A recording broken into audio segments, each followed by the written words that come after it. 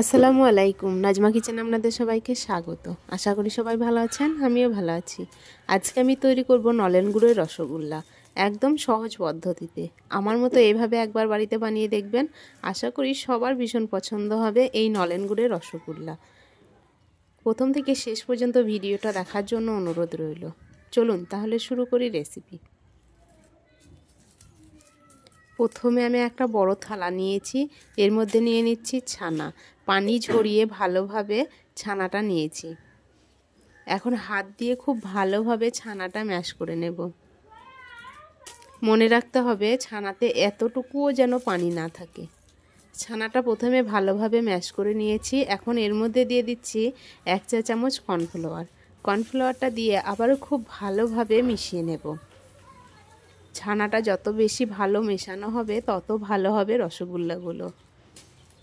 তো হাত দিয়ে খুব ভালোভাবে মিশিয়ে নিলাম। এই রকমভাবে হাত দিয়ে খুব ভালোভাবে মিশিয়ে নিতে হবে। দেখেছেন কত সুন্দর সফট হয়েছে। এই রকমভাবে আপনারাও মিশিয়ে নেবেন, তাহলে ভালো হবে। আমি খুব ভালোভাবে ছানাটা মিশিয়ে নিয়েছি। এখন ছোট ছোট করে রসগোল্লাগুলো তৈরি করে নেব।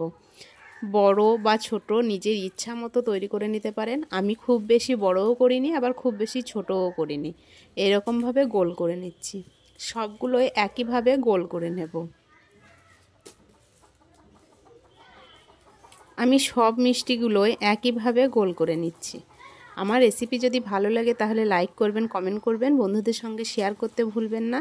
যারা প্রথমবার দেখছেন অবশ্যই চ্যানেলটি সাবস্ক্রাইব করবেন, পাশে থাকা বেল আইকনটি অন করবেন সবার প্রথম আমার ভিডিও দেখার জন্য। ফেসবুক থেকে দেখলে লাইক করবেন, কমেন্ট করবেন, ফলো করবেন। আমি সবগুলো একইভাবে তৈরি করে নিয়েছি। অন্যদিকে একটা প্যান নিয়েছি, এর মধ্যে নিয়ে নিচ্ছি 1/2 লিটার পানি আর দিয়ে দিচ্ছি খেজুর গুড়। পানি আর খেজুর গুড় খুব ভালোভাবে ফুটে আসলে দিয়ে দেবো রসগোল্লাগুলো। দেখুন এইভাবে যখন পানিটা ফুটে আসবে তখন রসগোল্লাগুলো দিয়ে দেব। আমি একটা একটা করে সব রসগোল্লাগুলোই দিয়ে দিচ্ছি।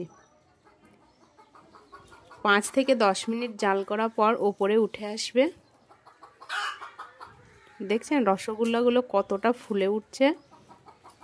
রসগোল্লাগুলো তৈরি হয়ে গেলে বুঝতে হবে একটা বাটির মধ্যে পানি নেবেন, পানির মধ্যে একটা রসগোল্লা তুলে দেবেন। যদি ডুবে যায় তাহলে জানবেন রসগোল্লাগুলো হয়ে গেছে।